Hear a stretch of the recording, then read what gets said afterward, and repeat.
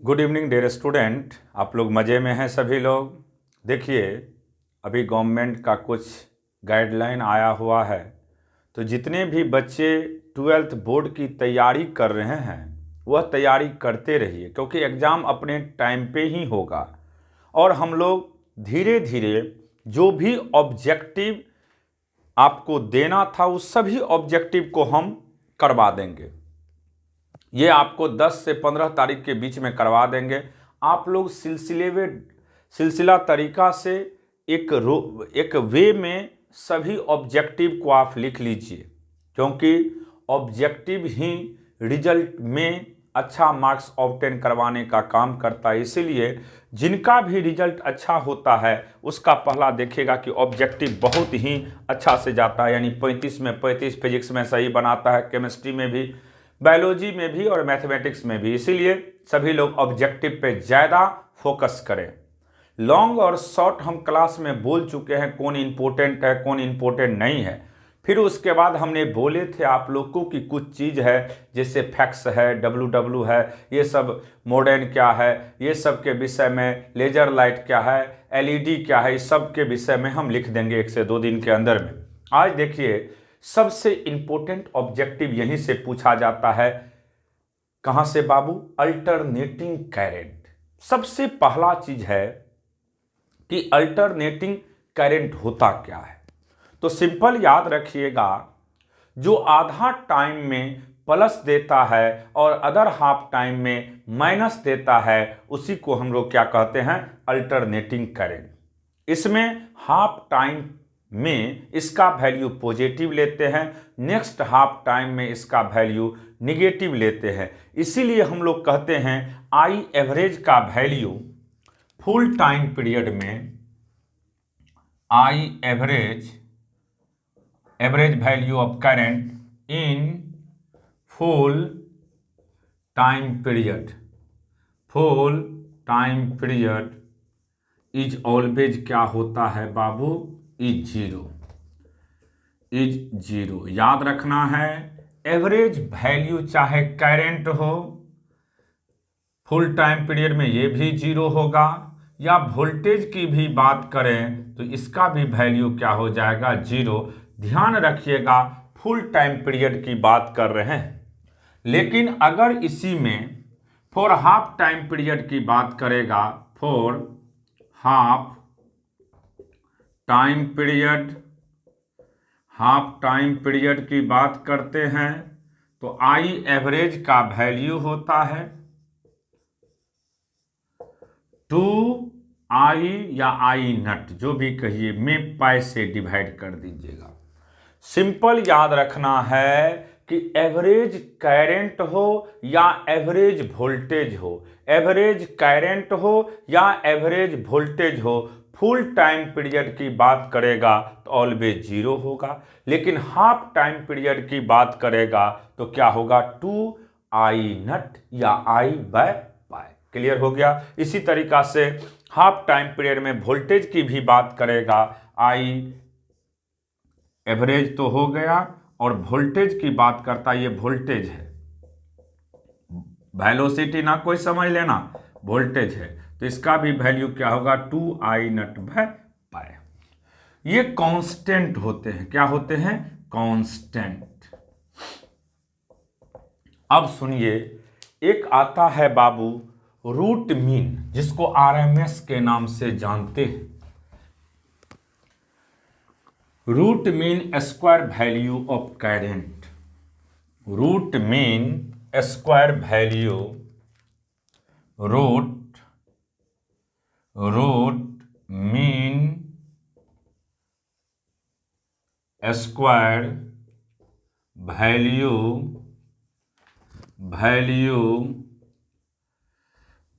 Of current,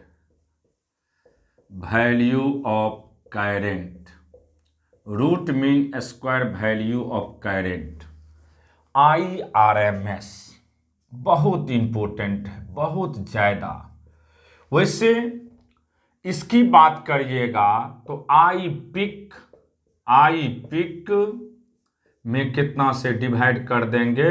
√2 से।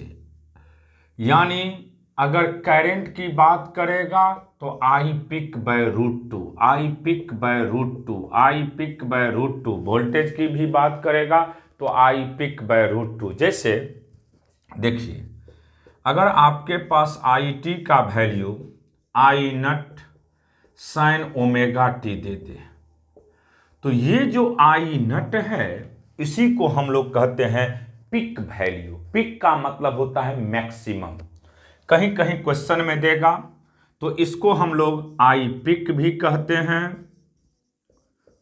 या I max भी कह सकते हो आप लोग, और इसका वैल्यू कितना होगा आई नट। तो जैसे आपको कहीं पे भी पूछा जाएगा पिक वैल्यू निकालने के लिए, तो पिक वैल्यू जो भी होगा उसमें रूट टू से डिवाइड करते हैं तो वह आरएमएस देता है। एक बार और समझिए अच्छा से। सबसे पहले सिस्टमेटिक वे में समझना होगा आप लोग को पिक वैल्यू ऑफ करंट के विषय में। पिक वैल्यू ऑफ करंट,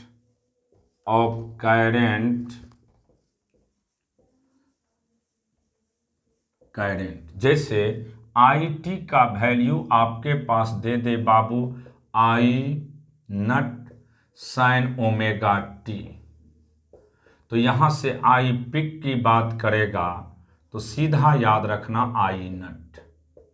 जैसे एक एग्जाम्पल की बात करते हैं हम। फॉर एग्जाम्पल मान लीजिए आपके पास आई टी का वैल्यू दे दिया है 4 साइन ओमेगा टी या 2 ओमेगा टी है, तो इसमें कोई पूछेगा आई पिक क्या होगा, तो याद रखिएगा 4 एम्पियर। आई पिक का वैल्यू कितना होगा 4 एम्पियर। दूसरा कहीं पे ऐसे दे देगा आई टी बराबर 7 प्लस 8 साइन ओमेगा टी, तो इसमें अगर आई पिक की बात करेगा तो इसमें आई पिक का वैल्यू होगा 8। क्या होगा 8। यानी पिक जब भी बात होता है तो या तो साइन के गुणक में होते हैं या तो कॉस के गुणक में, क्योंकि दो ही ट्रिगोनोमेट्रिकल फंक्शन भी अल्टरनेटिंग करंट प्रोड्यूस करता है, एक साइन और दूसरा कॉस, एक साइन और दूसरा कॉस। देखिए जैसे मान लेते हैं इस तरीका से दे दे आपके पास आई टी बराबर -7 प्लस 2 कॉस ओमेगा टी, तो याद रखिएगा आई पिक की बात करेंगे तो कॉस के गुणक में 2 है तो 2 हो जाएगा आई पिक। अगर दोनों दे दे, कहीं ऐसे दे दिया जाए आपको आई टी का value 4 sign omega T plus 3 cos omega T,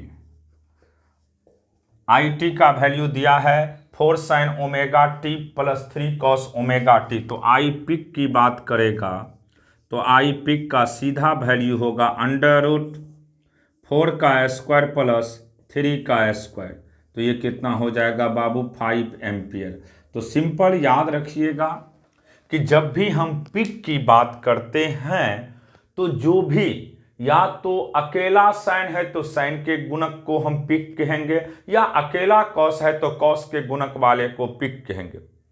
लेकिन अगर दोनों एक साथ इन्वॉल्व रहे, दोनों एक साथ इन्वॉल्व रहे तो याद रखिएगा साइन के गुणक का स्क्वायर प्लस कॉस के गुणक का स्क्वायर का अंडर रूट, इसी को हम लोग क्या कहते हैं peak value of current. Peak value अब कभी भी किसी तरह का क्वेश्चन देगा तो हमें नहीं लगता है कि आप लोग को दिक्कत होगा। एक लास्ट एग्जांपल पिक वैल्यू पे और दे देते हैं आप लोग को सीखने के लिए, और सभी लोग अच्छा से वीडियो को देखिएगा और अच्छे से एक एक कंसेप्ट को क्लियर करते हुए हम पढ़ा रहे हैं, आप लोग भी पढ़ते चले जाएंगे। जैसे मान लीजिए आपके पास 7 प्लस 6 साइन 3 ओमेगा टी है बाबू, प्लस 8 कॉस 3 ओमेगा टी। ये आपको दिया है करंट। कौन सा करंट है? Alternating current. तो इसमें कोई पूछेगा आई पिक क्या होता है, तो ध्यान से देखो, यहाँ पे साइन के गुणक वाले का स्क्वायर और प्लस कॉस के गुणक वाले का स्क्वायर करके जोड़ दीजिएगा। तो यहाँ से ये 36 प्लस 64 यानी √100, तो बाहर कितना निकलेगा बाबू, 10 एम्पियर। तो यही आपका क्या हो गया, पिक वैल्यू ऑफ करंट। तो पहला काम है कि कोई भी अल्टरनेटिंग में कहीं पे भी क्वेश्चन हो तो पिक वोल्टेज और पिक करंट निकालने का यही तरीका है। जब आप पिक समझ गए तो अब आपको समझाते हैं हम आरएमएस के विषय में। आरएमएस जब भी पूछेगा तो सीधा याद रखिएगा, आरएमएस का मतलब होता है root mean square value of current. तो आई पिक में अगर आप √2 से डिवाइड कर दोगे तो इसी को क्या कहते हैं हम लोग, आरएमएस। रट जाना, पिक में किससे, √2 से, पिक में किससे, √2 से, पिक में किससे, √2 से डिवाइड करते हैं तो वही क्या देता है, RMS, root mean square value. RMS का फुल फॉर्म होता है रूट मीन स्क्वायर वैल्यू। और अगर कहीं पे भी आपको आरएमएस की बात करेगा तो सिंपल याद रखिएगा, पिक का जो भी वैल्यू होगा, पिक का जो भी वैल्यू होगा उसमें कितना से डिवाइड कर देंगे, √2 से। कितना से, √2 से। कितना से, √2 से। क्लियर। कभी कभी पिक पूछ देता है तो आरएमएस का वैल्यू पता रहेगा तो आई पिक सिंपल याद रखना, √2 इंटू आई आरएमएस, √2 इंटू आई आरएमएस, √2 इंटू आई आरएमएस। अब समझिए, आप लोग को समझना होगा इसमें फेज कहते किसको है। तो सिंपल याद रखिएगा, या तो जो साइन के एंगल में होते हैं या तो कॉस के एंगल में होते हैं, उसी को उसका क्या कहते हैं, फेज। जैसे देखिए ध्यान से, कहीं दे दिया जाए आपको आई टी बराबर I nut sine omega T plus delta. तो यहां पे कोई पूछेगा फेज क्या है, तो याद रखिएगा here omega T plus delta represent the phase. Simple दिमाग में सेट कर देना है कि किसी भी, यानी साइन और कॉस दो ही ट्रिगोनोमेट्रिकल फंक्शन क्या देता है, अल्टरनेटिंग करंट। एक साइन देते हैं और दूसरा कॉस देता है। तो या तो साइन के जो एंगल में होते हैं या तो कॉस के जो एंगल में होते हैं, उसी को हम लोग क्या कहते हैं, फेज। क्या कहते हैं, फेज। फेज क्लियर हो गया। या तो वह साइन के एंगल में होगा या तो कॉस के एंगल में होंगे, उसी को हम किसके नाम से जानते हैं, फेज के नाम से। कहीं कहीं क्वेश्चन में देता है फेज डिफरेंस। तो देखिए फेज डिफरेंस की बात करते हैं। फेज डिफरेंस को बाबू हम लोग डेल्टा फाई के नाम से जानते हैं। किसके नाम से, डेल्टा फाई। याद रखिएगा फेज डिफरेंस में रूल कहता है कि दोनों ट्रिगोनोमेट्रिकल फंक्शन सेम होना चाहिए, या तो दोनों साइन में होना चाहिए या तो दोनों कॉस में। तो रूल है both the trigonometrical function are same. पहला है both the trigonometrical function, both the trigonometrical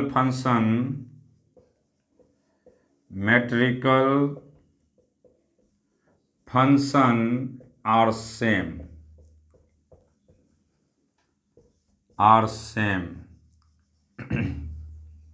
दूसरा है फेज डिफरेंस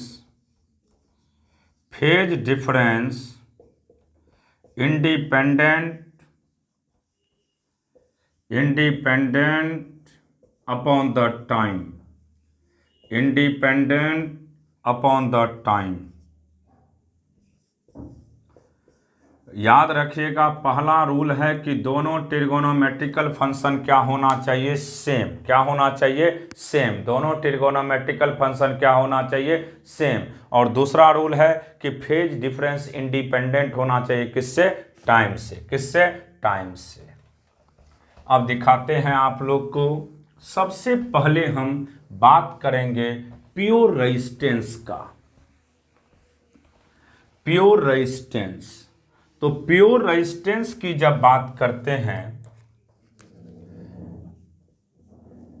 व्हेन, एक पूरा क्लियर कर देते हैं, when pure resistance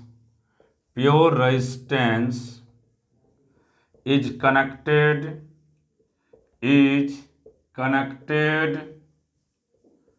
with an AC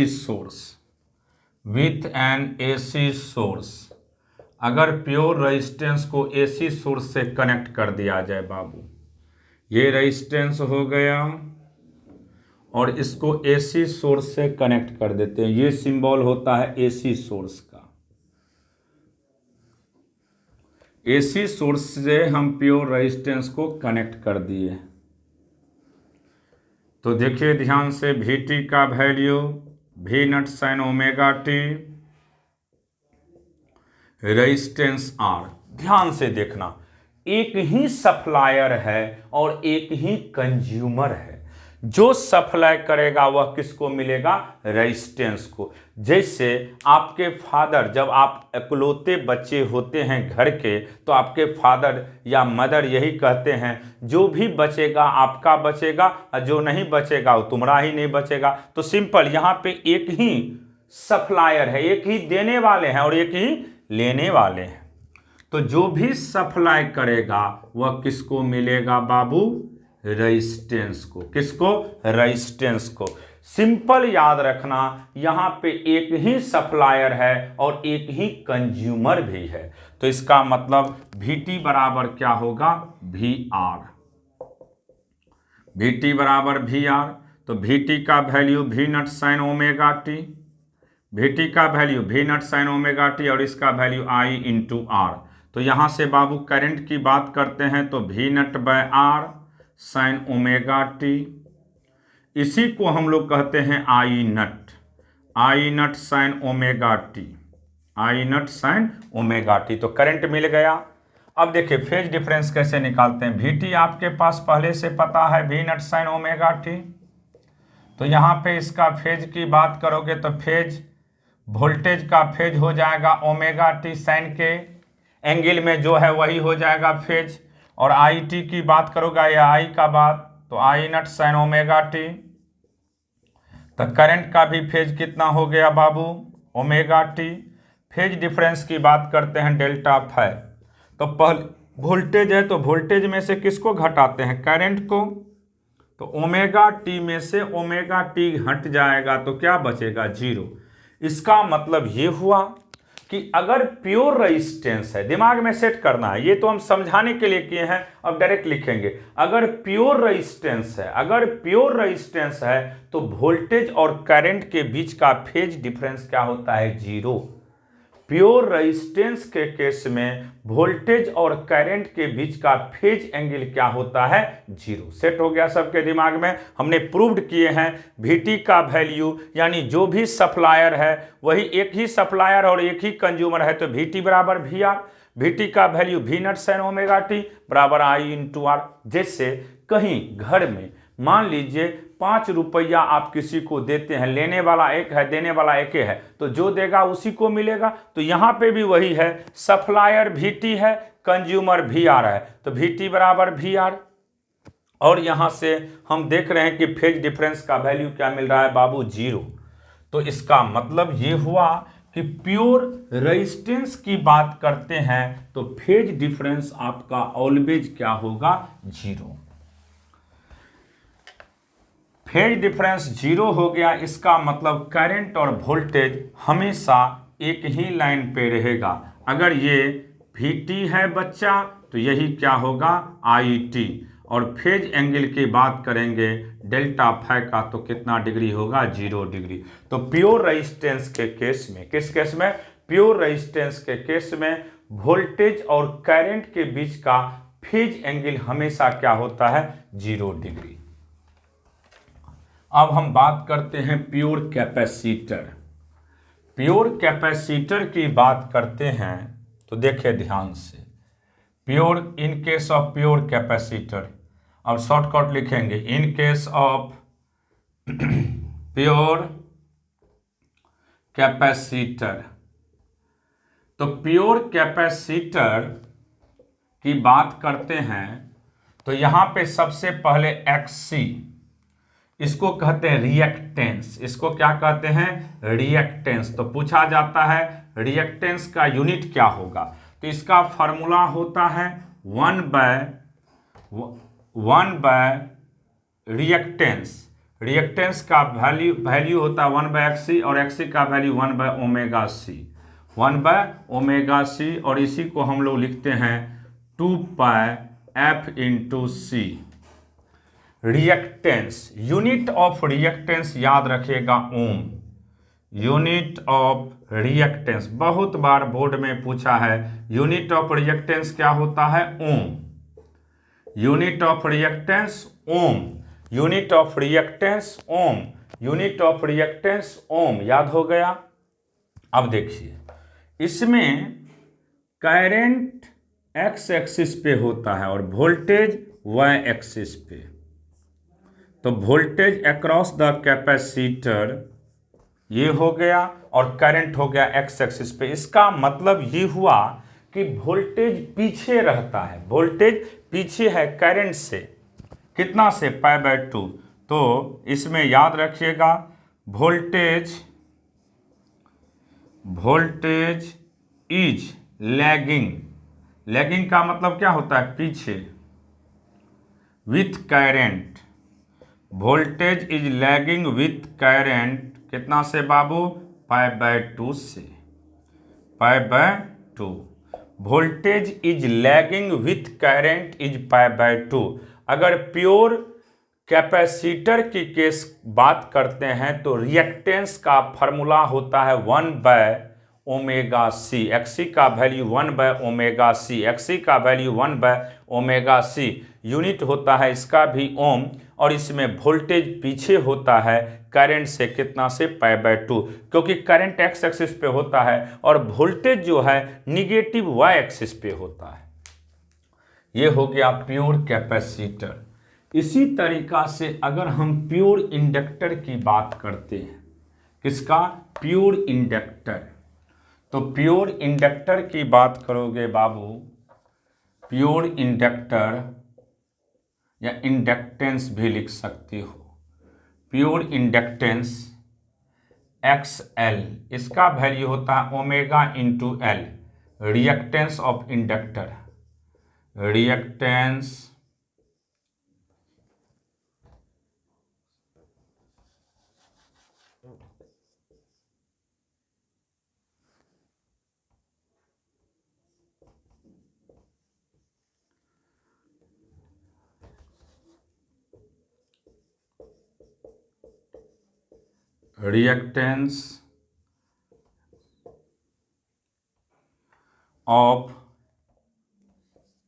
reactance of inductor या इंडक्टेंस जो भी लिखना है, इसका वैल्यू होता है 2πfL, 2πfL।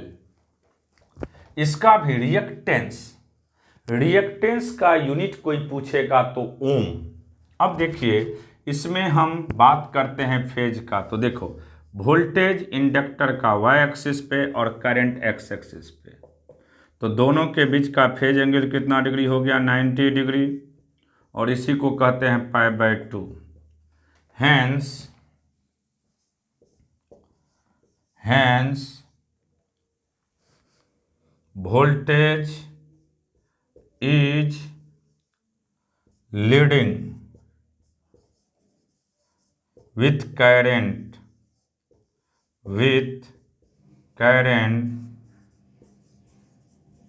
is π/2। तो अभी हमने 3 चीज रटाए हैं, सुन लीजिए। अगर प्योर रेजिस्टेंस रहेगा तो वोल्टेज और करंट के बीच में कोई भी फेज डिफरेंस नहीं होता है। इसका मतलब है कि वहाँ पे फेज डिफरेंस का वैल्यू क्या हो जाता है, 0। क्लियर। हम दूसरा चीज पढ़ाए, अगर प्योर कैपेसिटर रहेगा तो रिएक्टेंस की बात करेंगे तो 1/XC या XC का वैल्यू 1/ωc होता है, XC का वैल्यू 1/ωc होता है, XC का वैल्यू 1/ωc होता है। और उसमें याद रखिएगा कि प्योर कैपेसिटर के केस में वोल्टेज पीछे होता है करंट से, कितना से, π/2 से। जब हम बात करेंगे प्योर इंडक्टर, तो प्योर इंडक्टर के केस में याद रखिएगा reactance across the inductor XL का वैल्यू ω/L होता है और इसका वैल्यू 2πfL होता है। और इसमें याद रखिएगा कि वोल्टेज जो है इंडक्टर का वह 90 डिग्री ज़्यादा होता है, किससे, करंट से, किससे, करंट से। क्लियर हो गया, तो इसको याद रखिएगा आप लोग।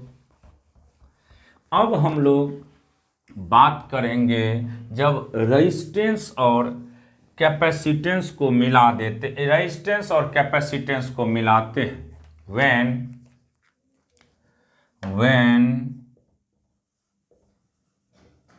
RC are connected with an AC source, with an AC source, जब दोनों को एक साथ मिलाते हैं, देखिए ध्यान से इसको समझना है, ये रेजिस्टेंस है और ये कैपेसिटर है। अब इसको हम लोग क्या किए हैं, प्योर रेजिस्टेंस नहीं है इसमें, अब दोनों को मिक्स कर दिया गया है। अब AC सोर्स से इसको हम यहाँ पे मिक्स किए हैं, तो ये VT हो गया, V0 sin ωt, V0 sin ωt, ये रेजिस्टेंस R, ये कैपेसिटेंस C। अब देखिए सप्लायर एक है और कंज्यूमर कितना है आपके पास, 2। सप्लायर एक है और कंज्यूमर कितना है, 2। तो जो भी सप्लाई करिएगा ये दोनों मिलके खाएंगे, तो VT बराबर हम लोग बोल सकते हैं VR plus VC, VR plus VC। VR का वैल्यू हम लोग जानते हैं I into R, x axis पे होता है तो I कैप, ये बाबू I इंटू XC तो होता है लेकिन किस एक्सिस पे, -y एक्सिस पे। इसको हम लोग लिखते हैं यहाँ से IR I cap plus -I into XC J cap. अगर VT का मैग्नीट्यूड की बात करें तो under root coefficient of I cap का स्क्वायर, तो IR का whole square plus -I into XC का होल स्क्वायर। यहाँ से इसको लिख सकते हैं हम लोग I इंटू जेड, I बाहर निकल जाएगा, under root R square plus XC का होल स्क्वायर, I से I कैंसिल। देख लीजिए ध्यान से, इसी जेड को हम लोग कहते हैं अब इम्पीडियंस। जेड को क्या कहते हैं हम लोग, इम्पीडियंस। जेड बराबर इम्पीडियंस, इम्पीडियंस बड़ी पूछा है ये कंपटीशन में भी, बोर्ड में भी।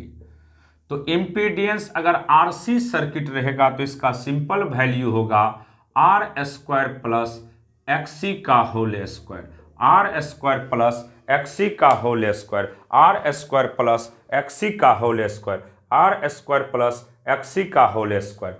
अगर आपके पास RC सर्किट की बात करें तो RC सर्किट में इम्पीडियंस को Z कहते हैं, इम्पीडियंस को Z कहते हैं और इसका सिंपल फार्मूला होता है under root R square plus XC का होल स्क्वायर। इसको अगर हम लोग बनाते हैं तो ऐसे लिखेंगे R स्क्वायर प्लस 1/ओमेगा c का होल स्क्वायर।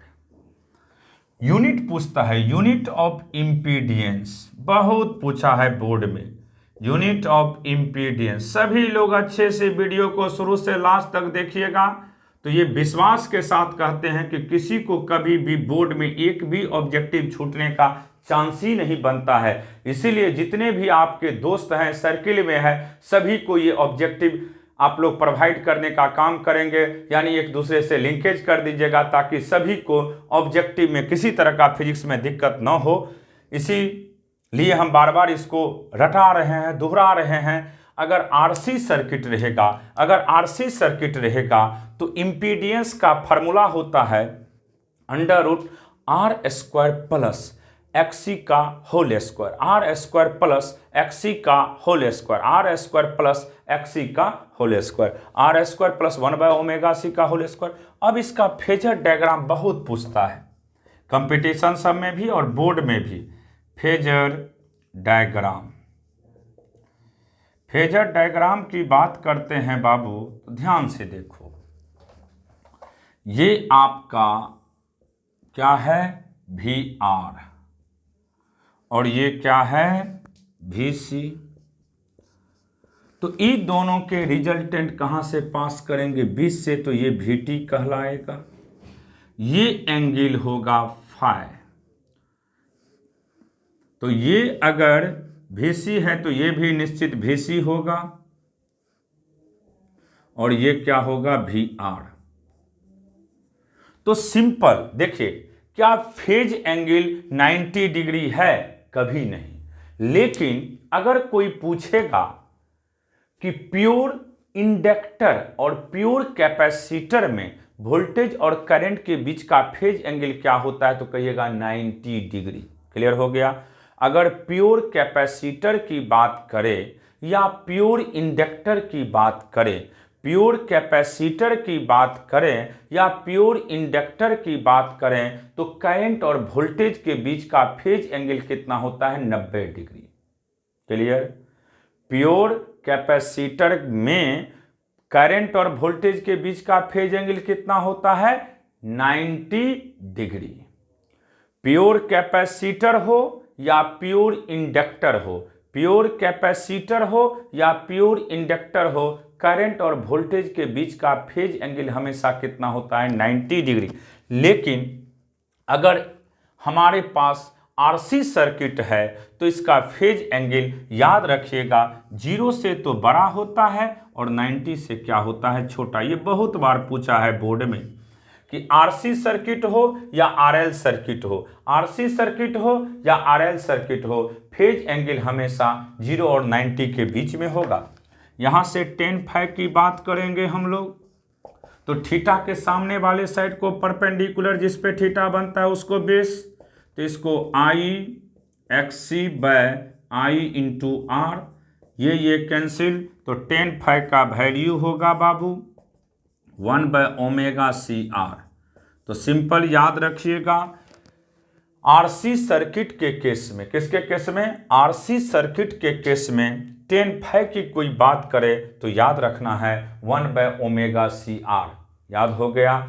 सुन लीजिए लास्ट बार, अगर प्योर रेजिस्टेंस रहेगा तो करंट और वोल्टेज के बीच में फेज एंगल 0 डिग्री। क्लियर। इसका मतलब दोनों हमेशा सेम फेज में होता है।